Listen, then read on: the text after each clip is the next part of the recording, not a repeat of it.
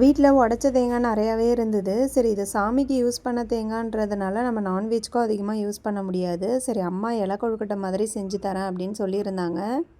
அதுக்காக நானும் போய் பூவரச இலை பறித்து அதை வாஷ் பண்ணி எடுத்துகிட்டு வந்துட்டேன். அம்மா கடலைப்பயிறு வச்சு தான் அந்த இலை கொழுக்கட்டை செய்வாங்க. கடலைப்பயிரை ரொம்ப குழைய விடாமல் ஒரு 3/4 பதத்துக்கு வேக வச்சு எடுத்துக்கணும்.